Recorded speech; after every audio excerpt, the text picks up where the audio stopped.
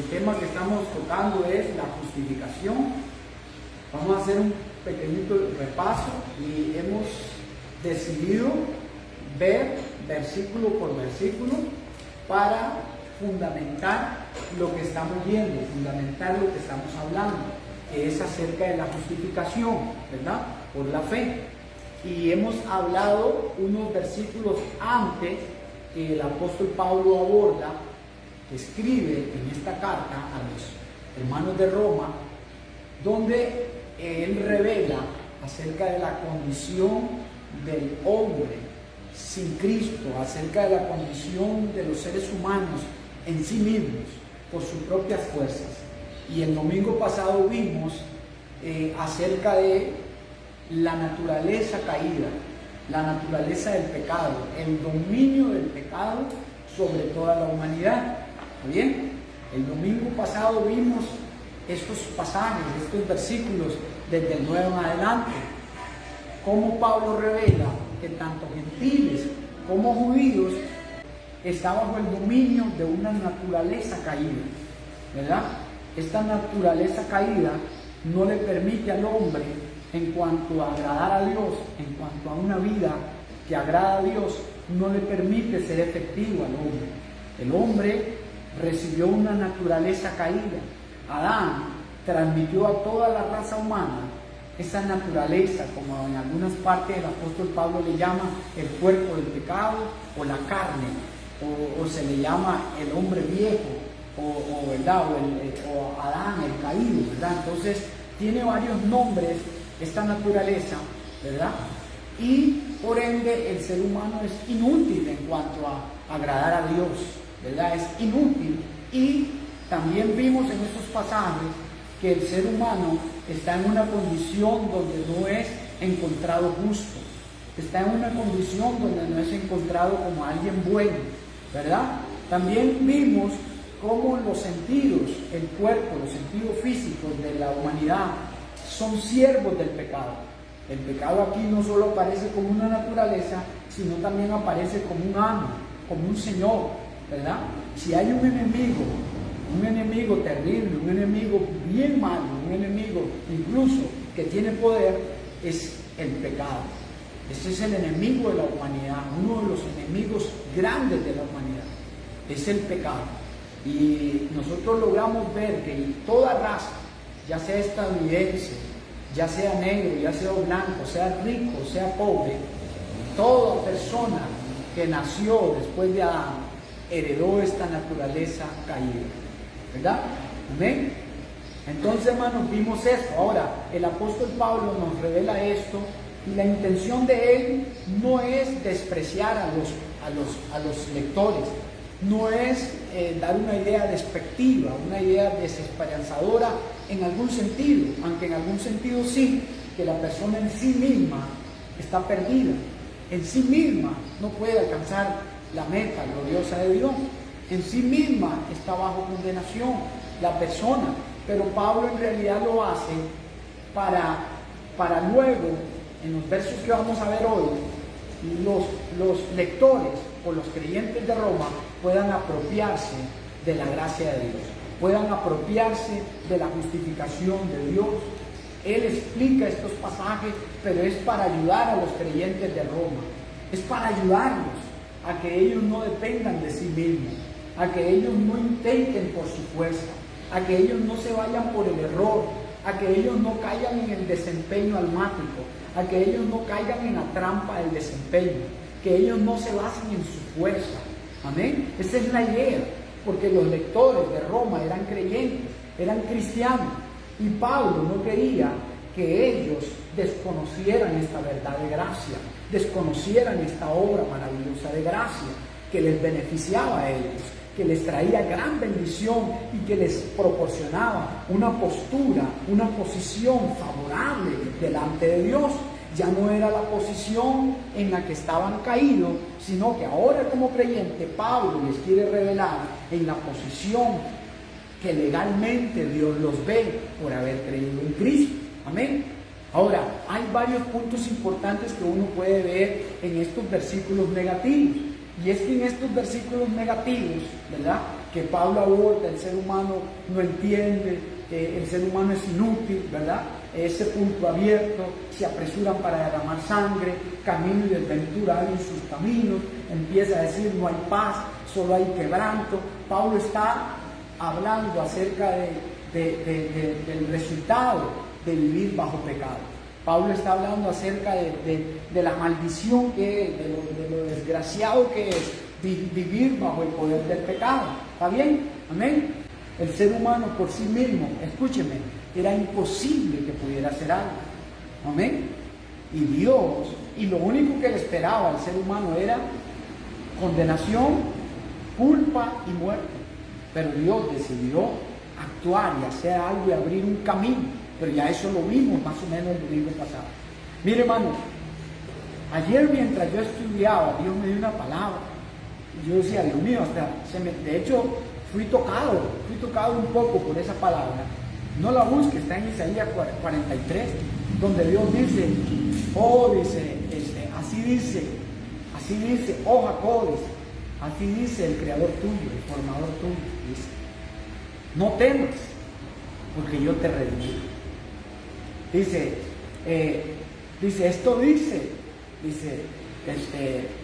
oh Israel, porque yo te redimí, yo te compré, yo te redimí, y cuando pases por las aguas. Pero mientras estaba estudiando, el Espíritu Santo pudo mostrarme que Dios le da una palabra de salvación, una palabra de redención. La palabra redimir es rescatar, es comprar, pero se la da a Jacob. Y mientras yo estaba estudiando, Dios me mostraba precisamente este punto de mi introducción, que Dios, viendo a la gente caída, viendo en una naturaleza perdida, decidió por amor abrirles un camino, decidió por amor traer un rescate. Yo no quiero entrar tanto, hermano, en el tema del pecado, pero uno de los trabajos del pecado, que lo hace bien hecho, es que el pecado no es que te obliga a hacer lo que no te conviene. El pecado, hermano, trabaja en las emociones, y es que el pecado te hace desear aún lo que te va a destruir. Para eso vino Cristo, para destruir el poder del pecado. Y Pablo escribe esta carta con el único interés y con la única intención de poder revelar el misterio para que los creyentes tengan victoria y caminen en la plenitud de la victoria hecha por Cristo Jesús, porque ciertamente Jesucristo destruyó el poder del pecado. Hoy vamos a ver dos pasajes más antes de entrar a hablar de lleno de la justificación. Romanos versículo 21 y el 29, creo que, a ver, alguien que me ayude y lo lee, por favor, dale. ¿Lo tienen? Tienen que estar listos donde les había dicho, ¿verdad? A ver. Pero ahora, tal como se prometió tiempo atrás en los escritos de Moisés y de los profetas, Dios nos ha mostrado cómo podemos ser justos ante Él sin cumplir con las exigencias de la ley. Dios nos hace justos a sus ojos cuando ponemos nuestra fe en Jesucristo. Y eso es verdad para todo el que cree, sea quien fuere. Este es el punto que probablemente vayamos a abarcar hoy. Número 1, el tiempo del cumplimiento de la promesa de Dios. Mire, el pasaje que acabamos que la hermana nos acaba de leer, dice, ¿verdad? Pero ahora, tal como se prometió en la ley y los profetas, dice, pero ahora, tal como se prometió. La palabra ahora, hermano, es una palabra que está tomando en cuenta el pasado, pero también está tomando en cuenta el presente.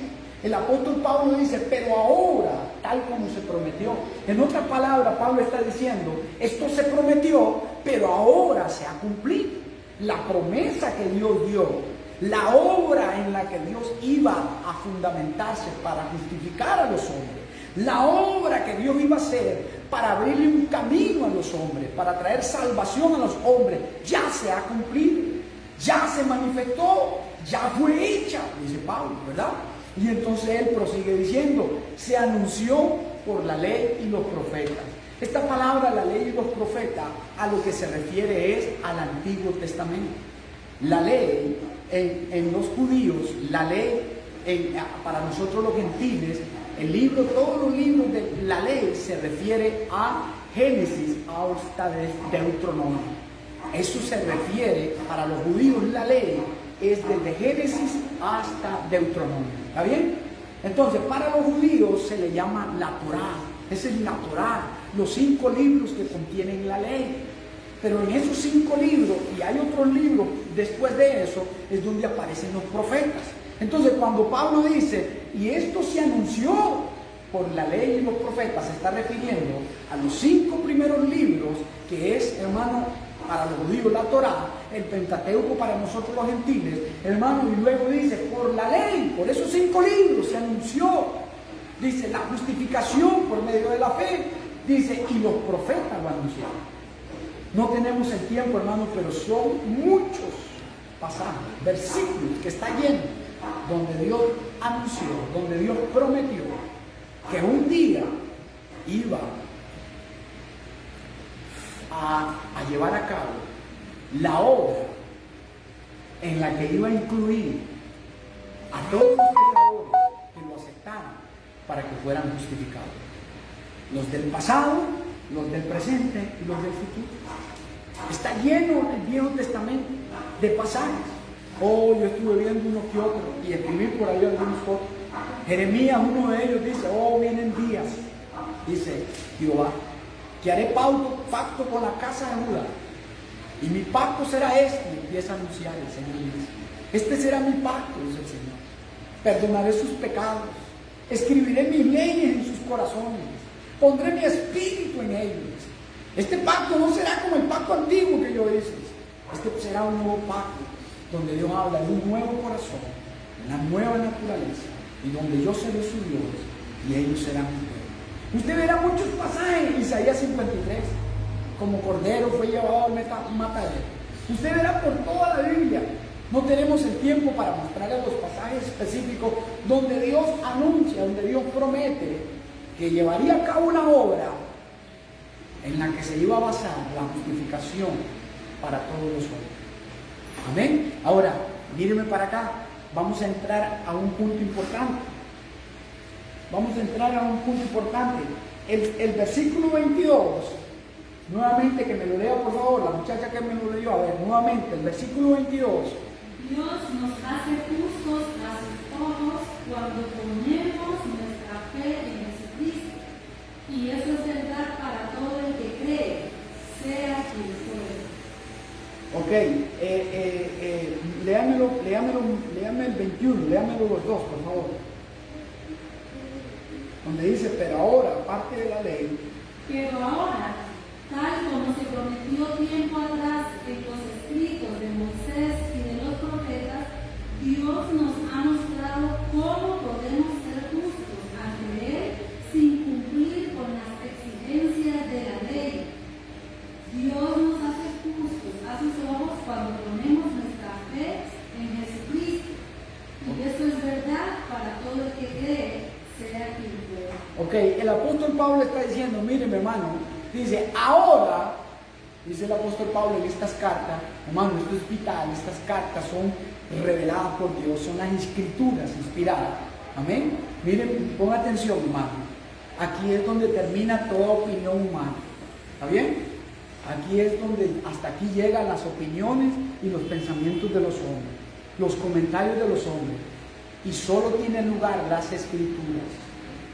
Acabamos de leer, estos pasajes dicen que Dios nos muestra ahora, Dios nos está revelando, nos está mostrando ahora cómo podemos ser libres, cómo podemos no ser declarados culpables, sino ser declarados justos. O agrega y dice, sin las exigencias de la ley. Ahora, ¿por qué yo dije, hermano, que aquí es donde llega toda opinión, todo comentario? Porque a mí, usted que me está viendo, y usted que está aquí, acabamos de leer claramente que Dios declara justo sin las exigencias de la ley. Así que mire, cuando usted y yo enseñamos ley como pastor, cuando usted y yo enseñamos leyes, preceptos, y le enseñamos acerca de solo lo correcto que debe de alcanzar la gente, como deben de vivir, ojo, que más bien los estamos llenando de temores, los estamos condenando los estamos descalificando y los estamos haciendo trabajar por algo que ya no deben de trabajar. Ahora, yo estoy enseñando que la incumplan, no, simplemente quiero enseñar lo que dice la Biblia, que usted y yo somos justos al poner nuestra fe en Jesucristo. Eso es lo que dice el pasaje, sin las exigencias de la ley. Si nosotros comenzamos a enseñar ley y ley y ley y ley a la gente, los vamos a matar, los vamos a hacer caer bajo condenación, porque le puedo decir eso por experiencia propia. Y lamentablemente, hermano, uno ve en nuestras iglesias y lo que más enseña es ley, directa e indirectamente. Lo que más enseña es: tienes que vivir correcto, tienes que caminar correcto, tienes que hacer correcto. Error. Error, porque el problema es naturaleza, no es disciplina, ni es educación, ni es moldear a la gente, es más, ni es formación. La formación tiene su lugar. El problema es naturaleza. Usted puede bañar a alguien, formar a alguien, pero si es una vez, educar a alguien, que alguien sea disciplinado, pero si no le ha entregado su vida a Cristo, si no pone su fe en Cristo, está bajo el dominio del pecado. ¿Y cuál es el error aquí? El error aquí es que aún los creyentes, Pablo le escribe esto porque corren el mismo error de ser engañados en sus sentidos y perder disfrutar de la buena noticia, perder recibir la efectividad de la obra de la justificación. Ese es el problema. ¿Por qué cree usted que el diablo pelea para ocultar el camino de la cruz, la obra de la cruz? ¿Por qué cree usted que el diablo trata de que incluso en las iglesias o trata de transversar o engañar o que se utilice la escritura de manera que no tiene la efectividad o de la manera que no se honre la obra de la cruz? Es porque trata de bloquear la revelación y la efectividad de esa obra, porque es la única obra que lo derrotó en la cruz y es la única obra que derrotó el pecado en la cruz. Estos pasajes que acabamos de leer el domingo pasado, ¿sabe qué dice? En Colosenses lo dice de otra manera. El acta de los decretos, que nos era contrario, fue clavada en la cruz. O sea, nosotros vimos el pasaje 19 y el 20, y el pasaje 19 y el 20 dice que la ley vino sencillamente para que el hombre sepa que es culpable. En su naturaleza, el hombre, Dios envió la ley y resulta que la ley los encontró culpables. Pero la ley quería ayudarnos. Su propósito no solo era que viéramos lo culpable que fuera, su propósito era apuntarnos a Cristo, señalarnos que necesitábamos un Salvador, que no nos podemos salvar ni cambiar a nosotros mismos. Y cuando la ley fue enviada, la ley nos encontró culpables. Por eso es que en Colosenses dice, y el acta de los decretos, la ley nos encontró culpables y la ley estableció decretos y dice por esto y por estos cargos, muerte y destrucción y condenación para todo ser humano. Pero, gloria a Dios, que Dios no se quedó con los brazos cruzados. Y ahí mismo en Colosenses dice, la clavó en la cruz. Los decretos que nos eran contrarios, dice, las clavó en la cruz, triunfando sobre ellos. Amén. Lo que significa es que Dios cambió el destino de la humanidad. Y aquellos decretos cayeron en Cristo. Pero yo no quiero entrar ahí todavía. Quiero abordar este punto. ¿Amén? Y quiero pasar a mi próximo punto para ver si cerramos ahí. ¿Alguien está, por favor, me estoy dando a entender? ¿Alguien está atrapando algo? Vamos a entrar a la justificación ahora ya. Vamos a tratar de entrar, ver si logramos entrar. Si no, seguiremos el próximo domingo. Dice que Dios nos muestra cómo podemos ser libres de culpa.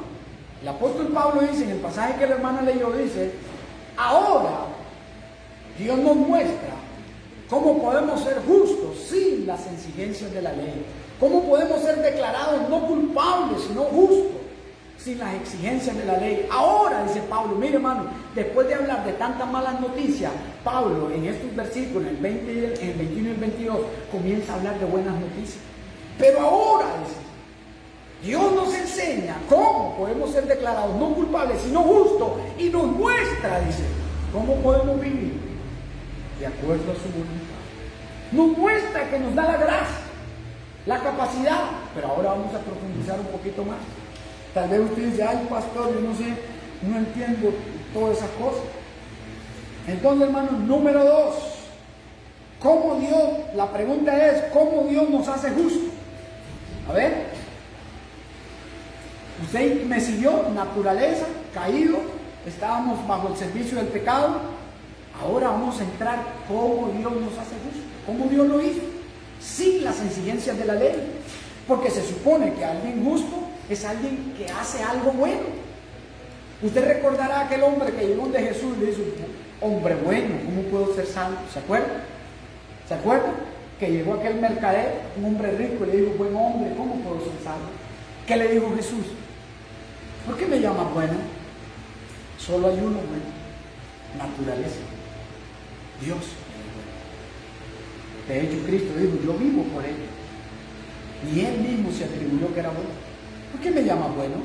Y no tengo el tiempo, hermano, porque más adelante vamos a tocar eso. Solo hay uno bueno, Dios. Ahora sí, ¿cómo Dios hace justo a los seres humanos? Si se supone que usted llama justo a alguien que se porta bien. Pero aquí Pablo nos está enseñando que Dios hace justo a los pecadores. ¿Cómo? A los imperfectos. ¿Cómo?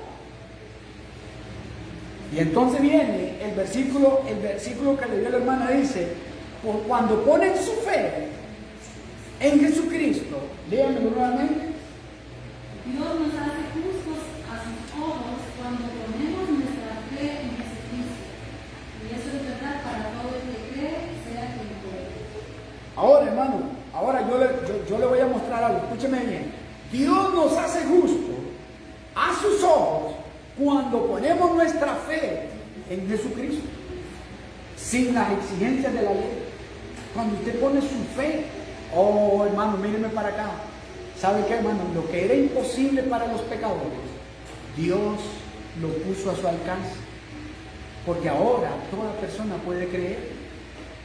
La capacidad de creer la tenemos todos. Eso es sencillo, eso es fácil. Y usted dice, pastor, pero eso es fácil, así tan sencillo. Sí, así tan sencillo para ti, pero para él no fue sencillo. Para ti fue por gracia, para él no fue gracia ni de gratis. Él tuvo que recibir el peso de la ira y de la condenación que de hecho ya había sido decretada sobre ti y sobre mí. Pero ahora vamos a profundizar más. Ahora mire, dice, Dios nos hace justo. Aquí hay un detalle importante, hermano. Dios nos hace justo ante sus ojos. Dios nos hace justo, dice, ante sus ojos. Mire, me voy a adelantar porque esto me hubiera gustado primero aclararle cómo Dios nos hace justo. Voy a aclararle más todavía cómo Dios nos hace justo y le hago una aplicación. ¿Cómo Dios lo hizo, hermano? Si usted y yo estábamos bajo una naturaleza caída, bajo actos pecaminosos, acciones malas, mírenme para acá. El versículo, léame el versículo 24, por favor, Israel. Siendo justificado, lo aclara más. Siendo justificado gratuita y bondadosamente por su gracia, versículo 25, mediante la redención que es en Cristo Jesús, a quien Dios puso como propiación por medio de la fe en su sangre, para manifestar su justicia a causa de haber pasado por alto en su paciencia los pecados pasados. Bien, está ahí, déjenmelo hasta ahí, por favor. El versículo 28 dice cómo Dios nos declara justo. Ahora probablemente lo vayamos a leer el 27 y el 28, pero aquí Dios nos aclara cómo.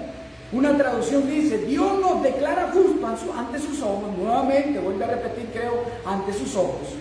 Cuando ponemos nuestra fe en Cristo, el versículo 24 dice, Dios nos declara justo, gratuita, la traducción viviente dice, gratuita y bondadosamente. Cuando ponemos nuestra fe en Cristo, el versículo 25, la traducción viviente dice, a quien Dios puso, a quien Dios, dice, entregó como en sacrificio,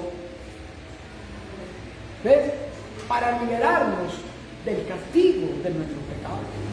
O sea, hermano, mírenme para acá, ¿cómo Dios nos hizo justos? Dios como Él era justo, como Él es bueno, Él tenía, hermano, Él hizo esta obra, no tenía que hacerlo, pero la hizo por amor. Él desató su ira, desató el castigo y desató lo que tú y yo merecíamos sobre Cristo. De esa manera Dios satisfació su justicia, porque como cuando Él es juez y es justo, tenía que haber una obra que le satisfaciera, tenía que haber una obra que Él la considerara, la calificara, la aceptara. Y por eso envió a Jesús, al que no conoció pecado, al que era santo, al Cordero perfecto, para desatar en Él toda la ira, el castigo, la culpa, la pena. La palabra aquí nos declaró justo, es un término legal. Solo que en la legalidad de la tierra está sujeto a las partes, pero en la legalidad de Dios no. En la legalidad de Dios, Dios como juez nos declaró justo. En la legalidad está sujeto al Padre y al Hijo. Y ya Dios hizo la obra. En la legalidad de los hombres, de las partes, esta legalidad se puede cambiar. Pero en la obra ya consumada, la hecha de la cruz, no cambia, el decreto se ha hecho. Y si usted creyó en Cristo, Dios te ha decretado y te ve como un justo.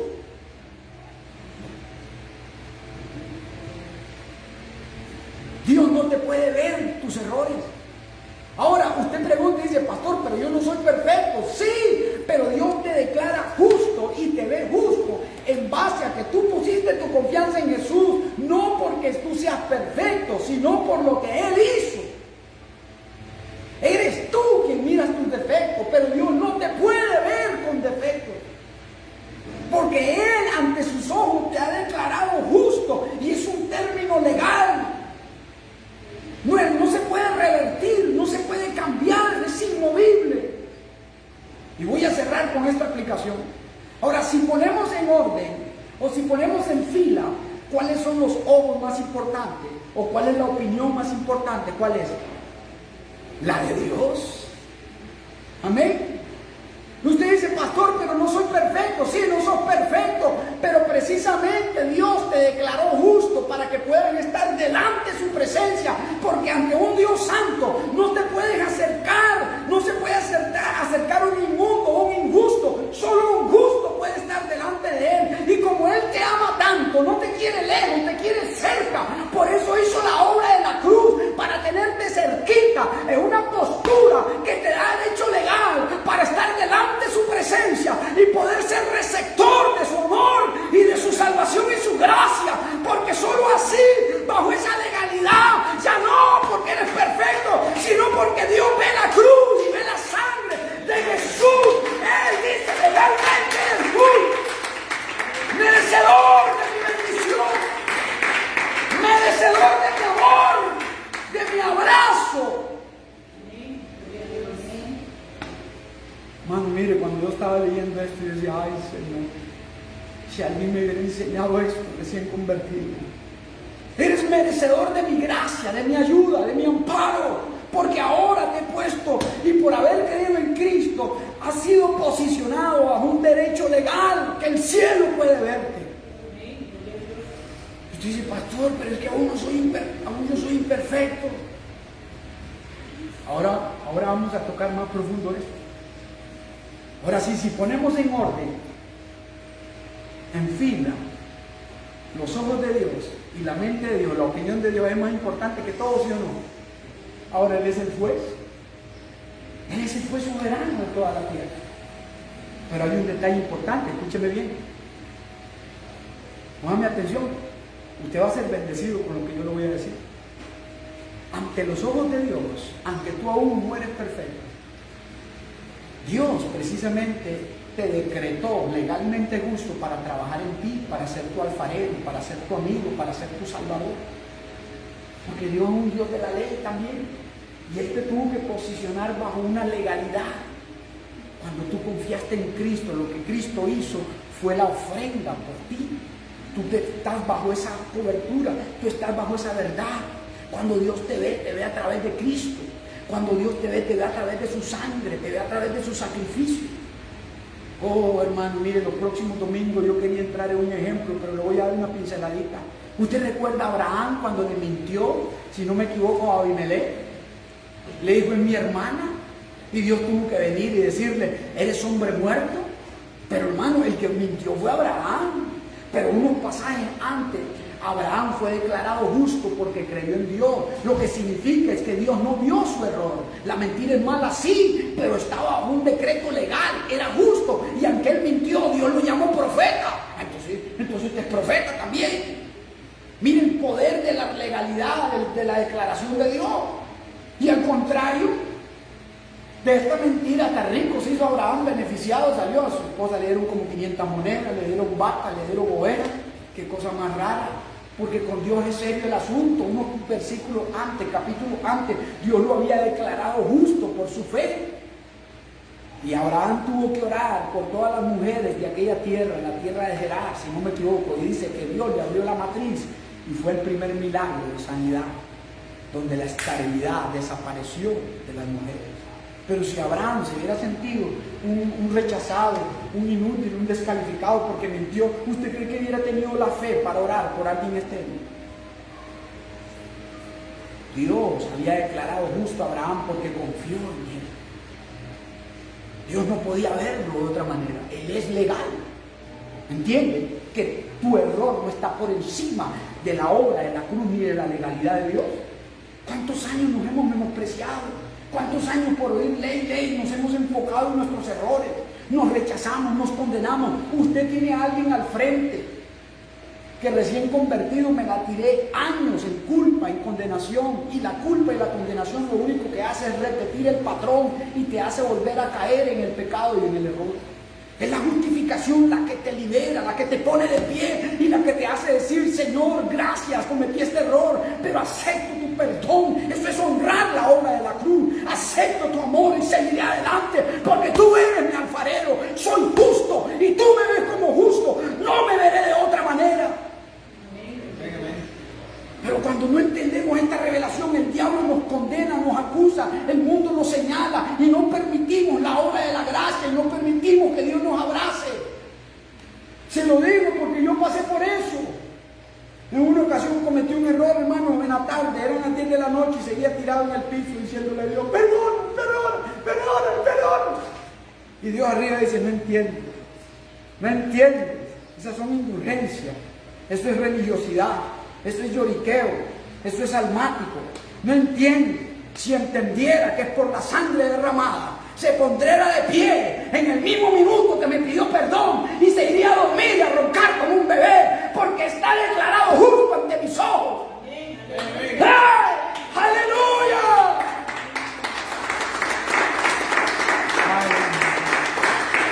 Oh, Señor, abre todo el entendimiento respecto a esta obra maravillosa.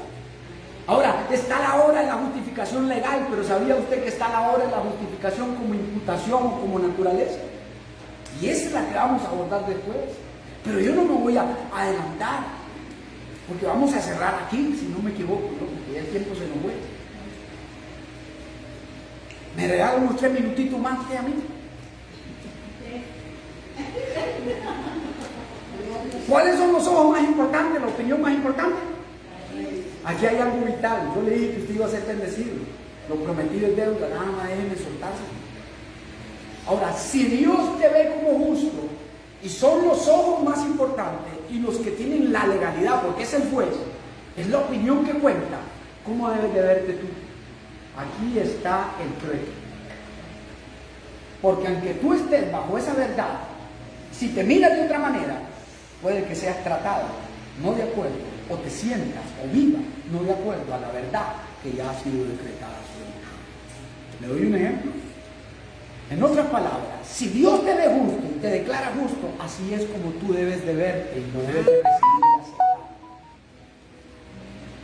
Porque solo ahí recibirás la efectividad de la obra y solo ahí se completará el ciclo. Por eso la Biblia dice, no andarán dos si no están de acuerdo. Si no te ves como Dios te ve, entonces tú te mirarás condenado, rechazado, y seguirás, puede que incluso el pecado o algunas cosas sigan teniendo influencia en ti, aun cuando ya fuiste niño, aun cuando ya fuiste declarado justo.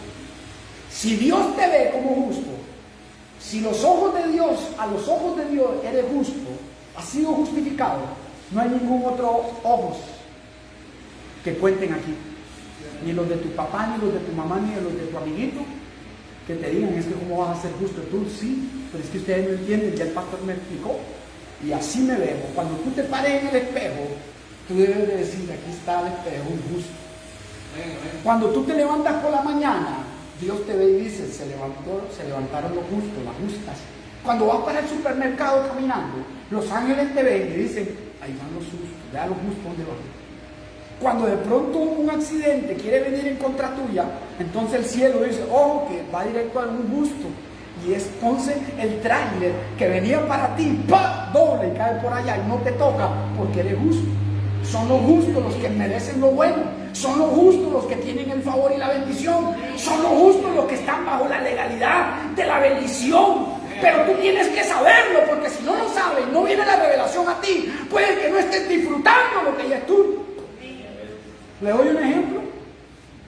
Se dice que Mesibosé sabía del pacto que había entre David y su papá Natán, pero él seguía viviendo con su fuerza, y con su fuerza seguía viviendo en Lodebar, y con su fuerza se seguía mirando como un perro muerto, porque así fue como él dijo cuando llegó ante David, y con su fuerza seguía viviendo en una tierra sin sueño, cuando él sabía que había un pacto, y por su pacto y por la gracia y porque su padre había hecho a alguien, podía entrar al palacio y verse como con la sangre real, como un hijo de la realeza, para estar en la mesa del rey y para disfrutar de lo que era de él, por causa de que alguien hizo algo y que le beneficiaba a él. Amén. ¿Está viendo por qué que a veces no recibimos? ¿Está viendo por qué a veces, hermano, no es efectivo el evangelio? Es que el asunto es grave. La guerra es la justicia primero. Por eso es que cuando usted va a estudiar la armadura, hace años unos amigos que conocí, si yo me pongo la armadura, decía la mujer, ¡tam! ¡Cam! ¡Cam! ¿Qué es eso? Decía yo, aún yo cristiano no decía, ¿qué es eso? No me suena, claro, como yo lo respetaba, no les quise decir nada, como que si fuera, hermano, ¿cómo se llama? Iron Man. ¡Pa! ¡Pa! No, señor. La coraza de justicia es cuando tú tienes la revelación de la obra de Cristo y tú sabes que eres justo por esa justicia y no hay nadie que te mueva de ahí. Pero si el diablo te mueve de ahí, puedes negociar lo que es tuyo. Claro, no puedes, en realidad no puedes, pero el problema es que tú lo harás. Eres tú el quien puede. Y eres tú cuando te metes a otra sombra, a otro manto, que tú eres el que vas a mermar y el que vas a detener lo que es tuyo. El diablo no puede, él lo hará él te trabajará para que seas tú quien lo haga. Pero no me si yo, hermano, me miraba y yo soy inmundo, que soy imperfecto, es que yo soy un gusano. Y usted va a ver, hermano, que la gente que está bajo la ley y no en la fe, así es como oran en los altares. Pobrecito yo, que este que el otro, porque no han tenido la revelación de que han sido declarados justos ante los ojos de Dios por causa de la gran obra perfecta y altísima del sacrificio y la sangre de Jesucristo. Eso es deshonrar la obra de la cruz. Amén. Tú debes de verte como justo. Tú debes de verte como justo. Es ahí donde se completa. Tú debes de mirarte como justo. Cuando en un momento te peleaste con la dona, ¿cuál es la idea de esto? No es para que vayas a hacer lo incorrecto. La idea es que en tu peregrinar, cuando tropieces, aleluya, te pongas de pie, aleluya, y digas, soy un justo, Padre, gracias, aleluya. Y esa debilidad sea absorbida por la fortaleza de Dios, aleluya. Esa imperfección tuya sea absorbida por la perfección y la justicia de Dios. No al revés. Así era yo, estoy lo hago porque así era yo, todavía un poquito, ya voy dejando todo eso. Los segundos ojos más importantes son los tuyos. El primer ojo, la primera opinión es la de Dios. Los segundos son los tuyos, aquí donde se hace la batalla y el fe. Porque si el enemigo te convence de lo contrario, puede que no estés disfrutando de la gracia, de la victoria, la plenitud de Cristo, no solo dentro, sino fuera de él. Los terceros ojos son el mundo, pero no voy a poder entrar ahí. De hecho, no le saqué tanto tiempo a esa parte. Lo vamos a dejar hasta aquí. Lástima, porque hay más acerca de la justificación. Y voy a cerrar con esto. Voy a cerrar con esto, por favor. Pongan mi atención, porque esto que le voy a decir es importante. Usted y yo somos imperfectos todavía. Pero como Dios te ve y te ha declarado justo. Miren para acá. Porque siempre que Dios te ve, siempre que Dios va a tratar contigo, Él mira hacia el sacrificio de la cruz y te mira a través de eso. Ahora sí, ¿a dónde está el punto aquí? Mírenme para acá.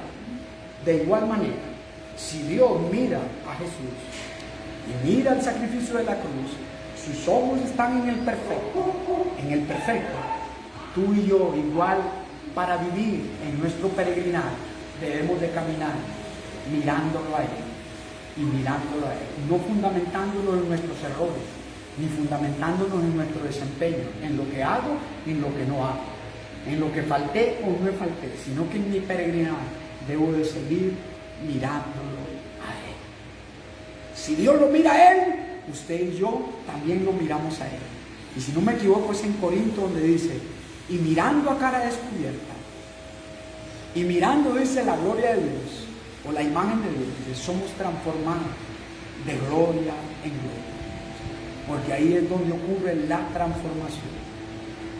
Si tú crees lo correcto, producirás lo correcto, vivirás lo correcto.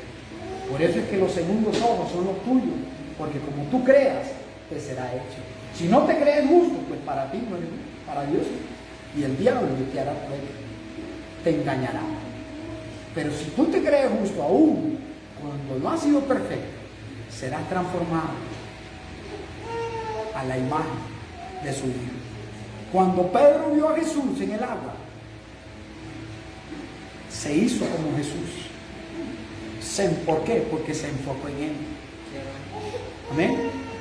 Y yo, hermano, ya vio, el Evangelio trata acerca de confiar, de creer lo correcto, de confiar en Dios para darle lugar a su gracia y a su potencia, porque el problema es naturaleza, lo demás es resultado.